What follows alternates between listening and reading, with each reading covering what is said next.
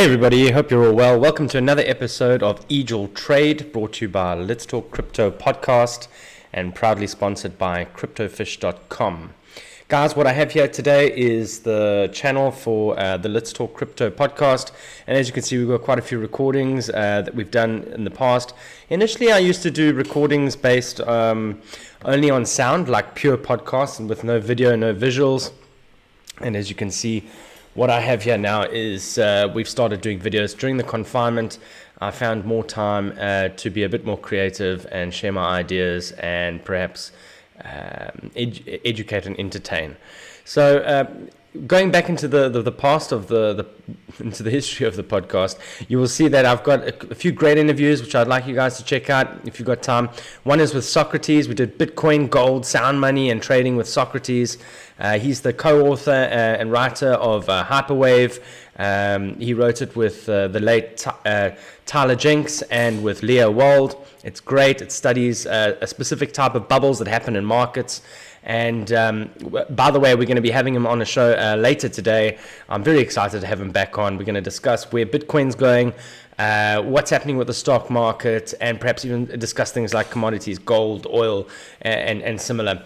He has a few amazing indicators and insights into how to trade, and I've been following him for a while, and yeah, I'd like to share that with you guys.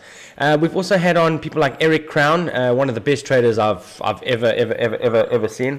I think of him more of as a mentor than anything else.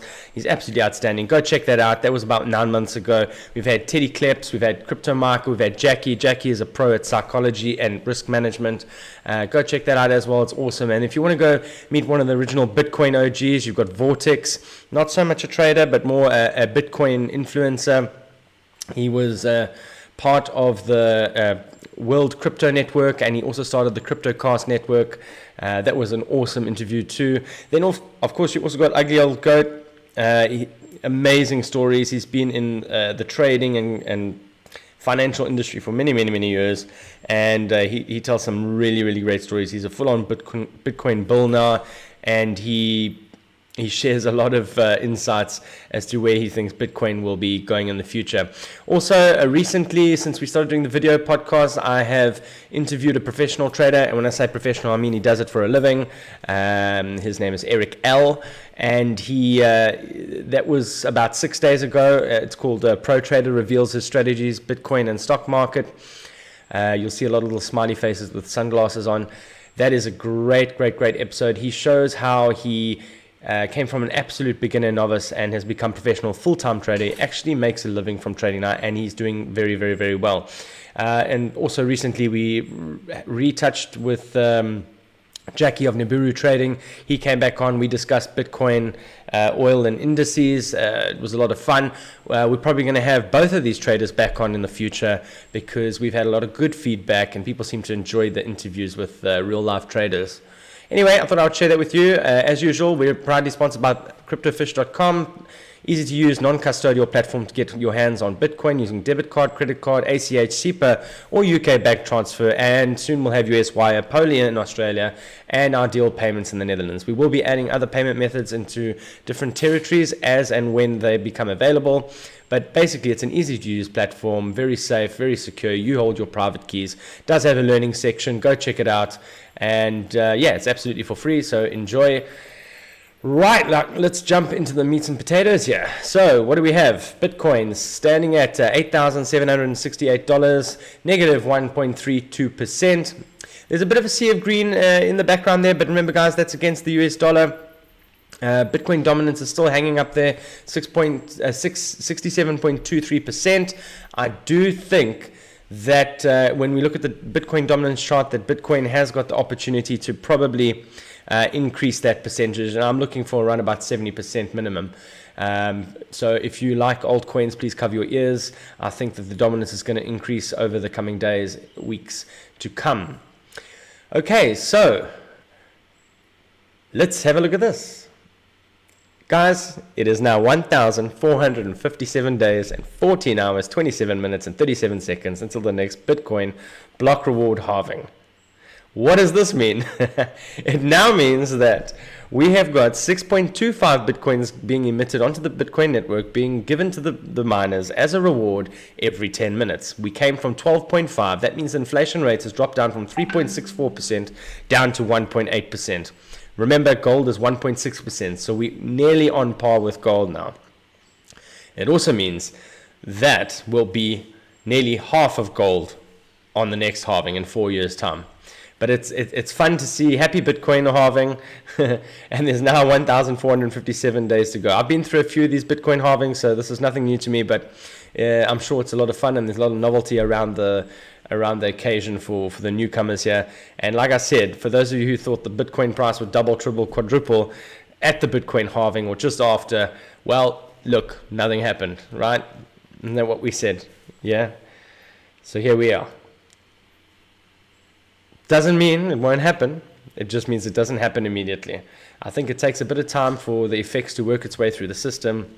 And I do anticipate we are going to see higher prices, but in the longer term. It does mean, though, that now the 2.624 million Bitcoins that are left to mine are going to be emitted very, very slowly.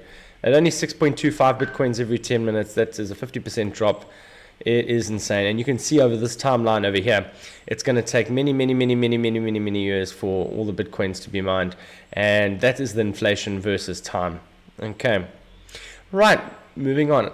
Crypto Fear and Greed Index, you can see it's ticked down to a 39. We've got 16 hours left before this ticks to another reading.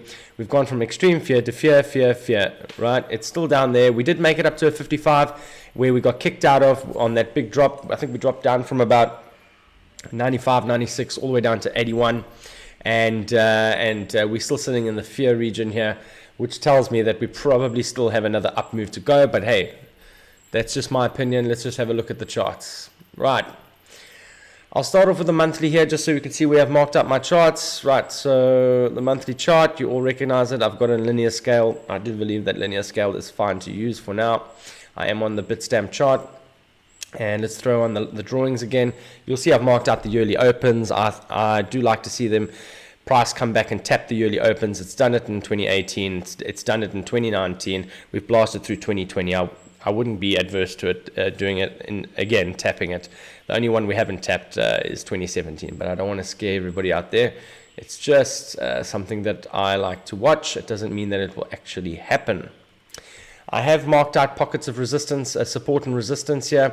I do prefer to use pockets or blocks or order blocks or whatever you want to call them, as opposed to just straight horizontals. I do use horizontals when I go down to lower time frames, and I mark them out based on a trade that I might be in. But as you can see, there's quite a few here that we've tested a few times as support and resistance.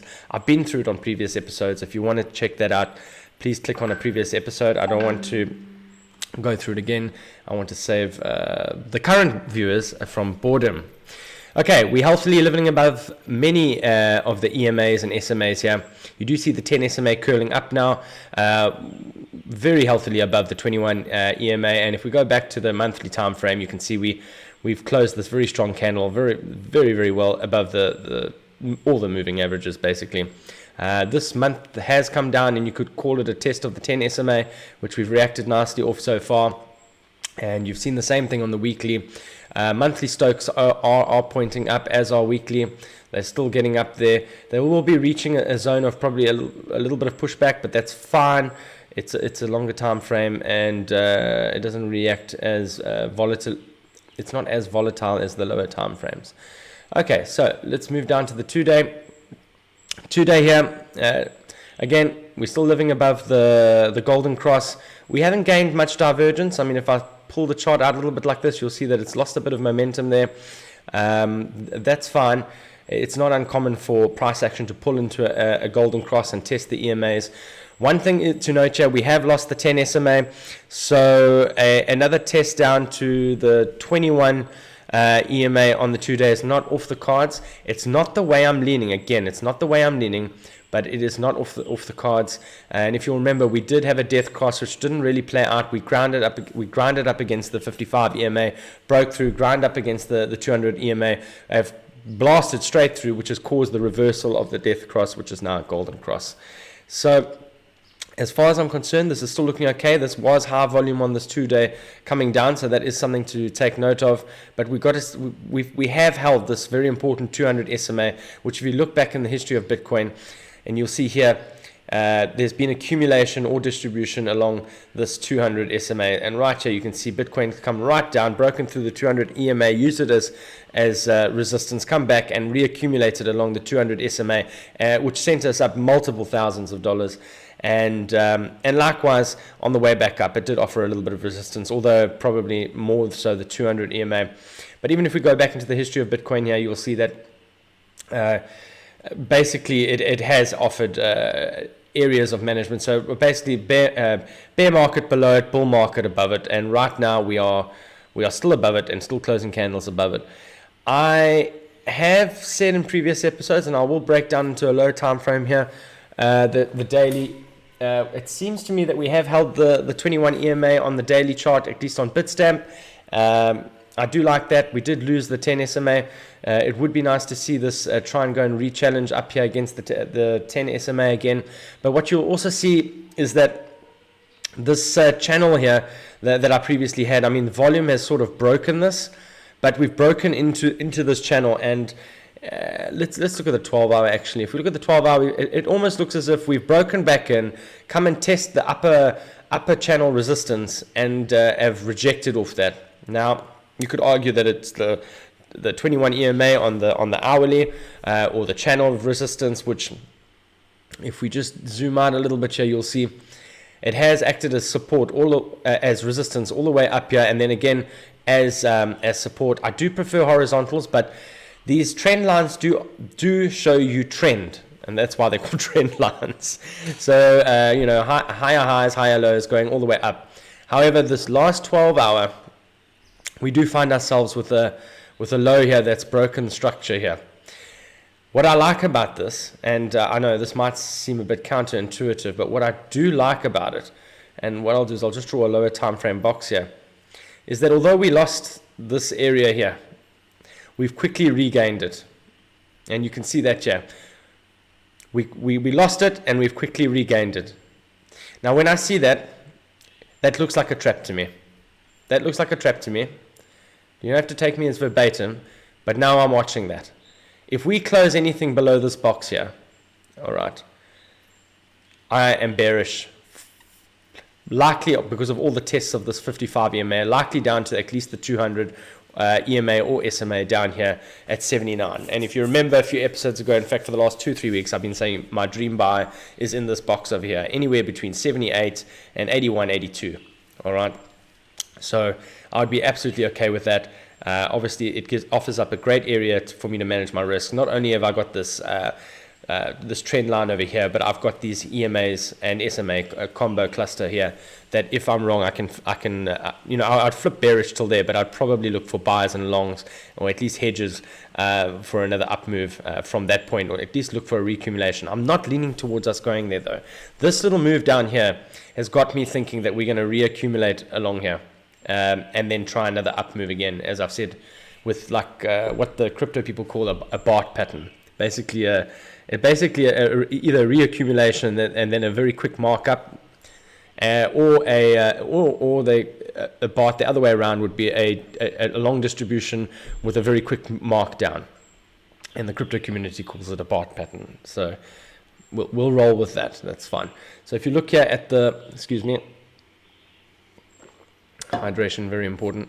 It's more apparent here. If you look at a 4-hour time frame, you can just imagine. In fact, what I'll do is just make it easy for those who don't know what the BART pattern is. I'll do an inverse chart. So here we go. So it gets marked up. You get the spikes the same as Bart Simpson's head, and then it gets spiked back down. Now that's the inverse, obviously. I just want to make it obvious, and obviously this would be a inverse BART pattern if we can break above this area here at about 89 on a closing basis, or just wick above this one over here. But it's just looking that way. It's looking like accumulation to me. Time will tell. I do like the fact that we've regained the 10 SMA on the 4-hour here. As you know, I don't like to look at such a low time frame, but just trying to figure out what exactly is going on a more precise basis. We do have the 4-hour Stokes pointing up. What I do like is the CMF is coming back strong. We have regained the EMA on the RSI, and if we go back to the 10-hour, as I've said previously, I like to look at the 10-hour. That gives me a little bit of insight as to what's happening on the 12-hour, because my 12-hour time frame is my go-to time frame on the lower time frames. I base a lot of my trades based on the 12-hour, but now we're on the 10-hour, and as you can see, we've come down, and we're crossing up on the 10-hour. I often find that when that happens, I get very few fake outs, and it often leads to the 12-hour crossing up. And lo and behold, you'll see that this trend line, which has been running all the way since February the 27th, you'll see multiple tests of this trend line, is being tested at the moment. Remember, we've got an open candle at the moment, so this, if price had to tick up, we could see a bounce off here and a counter move to what's actually happening right now. And that combined with a 10-hour time frame, which is already turned up, we've got the 4-hour time frame already turned up, and I'll just show you again. Here we go, 10 hours turning up. I showed you the 4 hours turning up, and another thing on the 10-hour is what I find is we do seem to reaccumulate around the 55 EMA, and it does tend to give us good counter moves. So if you look here, we've lost it, regained it, lost it, regained it. So a little bit of indecision, almost like a Darth Maul candle here, and right now we're living above it, and we have closed above this area of support here. I'll just draw a normal trend line through here just to show what I'm talking about. I'd want us to hold that for me to remain short-term bullish. And in terms of my trades at the moment, I am still sitting in a trade. I did add some more longs. We had 10,000 contracts. I've got now up to 15,000 contracts. My position has altered slightly. I'm at an average of about 8,500 now instead of 8,400. That's fine. I'm going to manage my risk round about here. 8,495. If we start closing or doing any business down here again, I will look to close that position. I am still leaning bullish though, and I would like to see another test up here, perhaps break through this trend line and challenge the 9,300 to 9,000. Call it 400 odd. Where this wick high here is. I think it's at 9,417. So on stamp. So this area over here, which I will mark out with another trend line, is where I'm looking. This little patch of resistance here, I do want to see us come up and try and challenge that. I don't really have a time frame on that, but I would say in the short to medium term time frame, within the coming days, maybe we etch out, maybe we fake out another down move before up, but I am leaning towards us staircasing up and then perhaps marking up towards that. If we do close above that, then I do think that we're going to go and challenge the 10K area again. It's hard to say right now when that will happen, or with any degree of certainty if it will happen. But those are the points that I'm looking for, that I will base my trades on. Guys, I hope you enjoyed the blockchain halving. I hope you enjoyed this episode. Please give us a like, share, or subscribe. Check out the previous episodes. And don't forget, we've got Socrates, the co-author of Hyperwave, on with us later today.